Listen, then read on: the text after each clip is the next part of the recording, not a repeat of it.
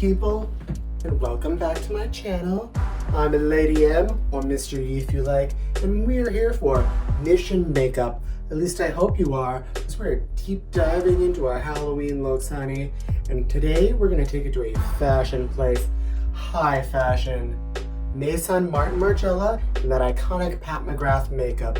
The iconic glass skin, pale, washed out doll skin, interesting blush tones. We might even go to a yellow blush. Why not?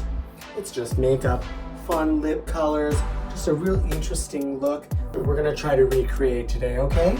So dust off those paintbrushes. We're getting busy.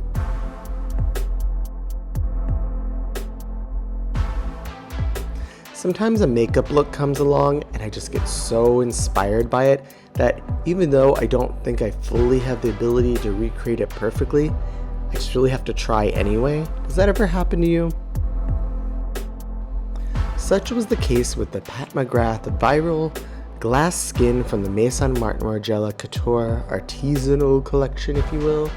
It was just so theatrical, dramatic. It was just such a great combination of styling in the fashion and the hair and makeup that not only was I inspired by it as an avid watcher of fashion shows, you just never know what trends or things people are going to jump onto.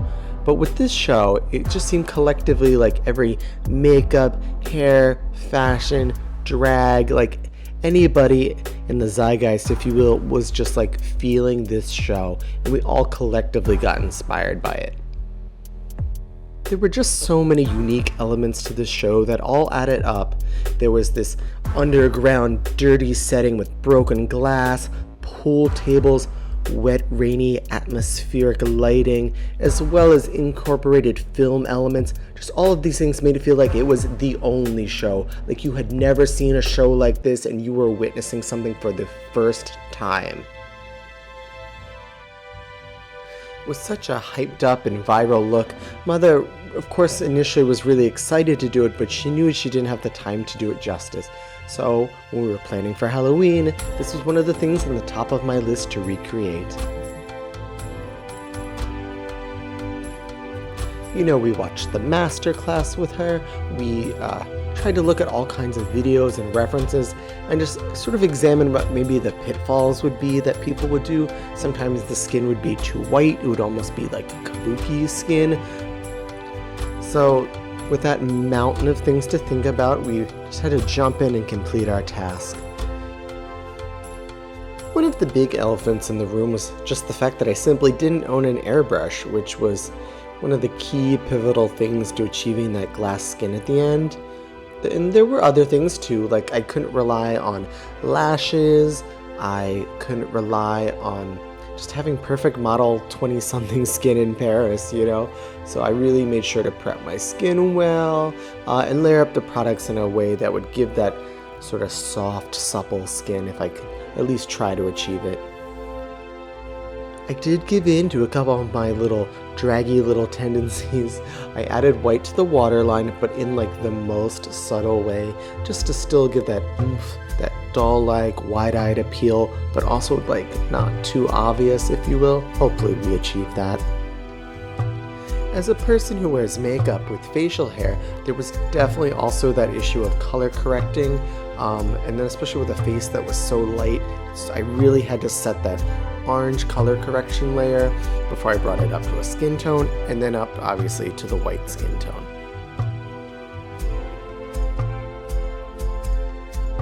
Anytime I start to doubt myself when I'm doing something so challenging, I just remember that I always tell other people to do things to challenge themselves and to go outside your comfort zone, and that I should always, of course, take my own advice. You know, makeup can be aspirational and inspirational, and I definitely have that tied to my inspirations in fashion. But of course, I always have to remember I am not a production team. I'm not a full team of makeup artists with all the right tools and stuff.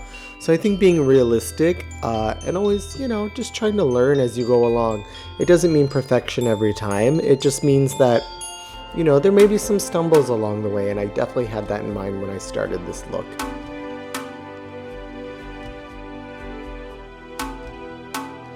I always tell people that, I am a drag queen, but I never think of myself as a gender illusionist, if you will.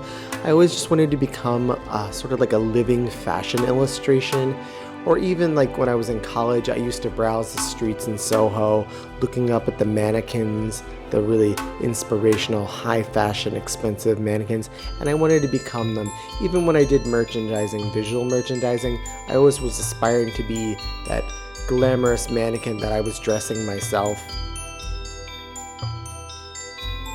In drag, I always think of myself as the professional, but also the chameleon. And my strong suit has definitely always been styling. So for this look, I was definitely thinking head to toe. I wanted to create that iconic hair. And I wanted to think about what were the details, especially because I wanted to repurpose that black dress that I've been wearing. So I padded my hips out with my extra large hip padding, belted it in to show that silhouette just like in the runway show. I made these fun little boot covers with spray paint out of extra scrap pantyhose I had, as well as ripped up a pair of fishnets that had already been pretty well ripped up from some previous looks. Overall, I was really proud of this makeup and just the fact that I committed to the look, if you will, and even if the skin wasn't perfect and the face mask kind of made it a little drippy melted skin up close, I was really proud of just committing to what I wanted to do and seeing it through. And actually the really big positive was that this face mask is a great makeup remover, so there's that too. I guess what I'm trying to say is maybe just even use this as your inspiration to challenge yourself today, you know?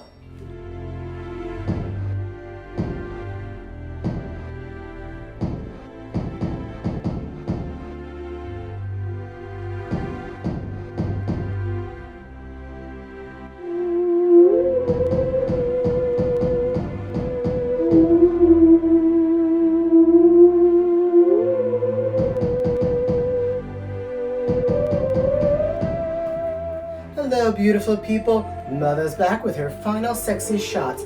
Are we giving you high fashion glamour?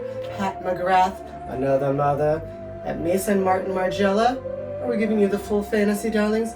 I'm feeling it. These thin and vintage eyebrows, funky yellow blush, little artistic lips.